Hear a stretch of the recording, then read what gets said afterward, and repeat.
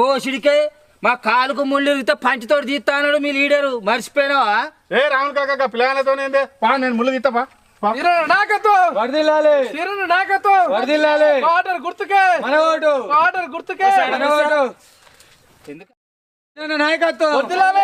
నాయకత్వం గుర్తుంచుకో.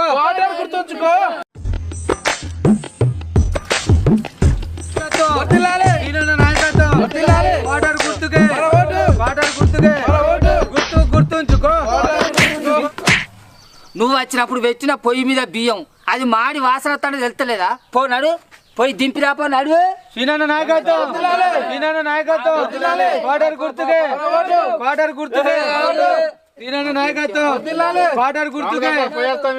కోటర్ గుర్తు మీద ఓటేయాలి మరి మర్చిపోద్ది ఇక పోయేస్తాం. ఏడికి పోతాను? ఇప్పుడే పని అయిపోయింది అనుకుంటానవా? పొద్దున కాంచి కడుపునంత గడగడ అంటాంది. నేను చెరువాయ పోయి కూర్చుంటా లోటలు నీళ్ళు పట్టుకుందా. ఏ రాములు కాక నువ్వు చెప్పిన పనులన్నీ చేస్తే నీకు అలసిగానే పడతానా? నేను ఏమనుకుంటాను ఎవరు కలిసి అవుతారా?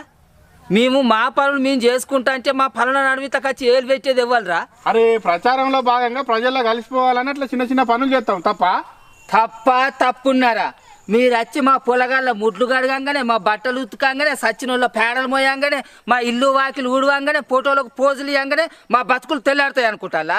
అరే మరి ఇంకేం చేయాలనే? మమ్మల్ని పాలించే నాయకునిగా నిజాయితీగా పనిచేయి. మాకచ్చే నిధులను నీ జోబులో దోచుకోకుండా మా కోసం ఖర్చు పెట్టు. మీరు నిజాయితీగా ఓటేసినప్పుడు నువ్వు చెప్పినవన్నీ సాధ్యమవుతాయి.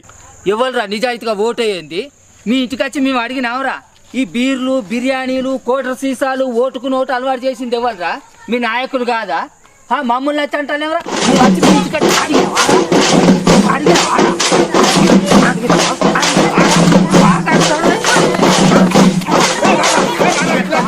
వచ్చేది మీరు నిజాయితీ గల నాయకులే అయితే పైసా వంచకుండా ప్రజలకు రారి, ఆశ పెట్టకుండా ఓటు సంపాదించుకోర్రి.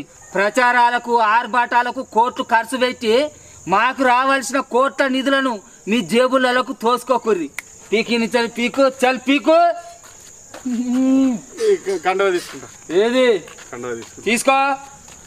మళ్ళా ఇటు ముఖాన్ని వచ్చినావు అనుకో పని చేసావు పడాలి కొడుక్క. లీడర్లు.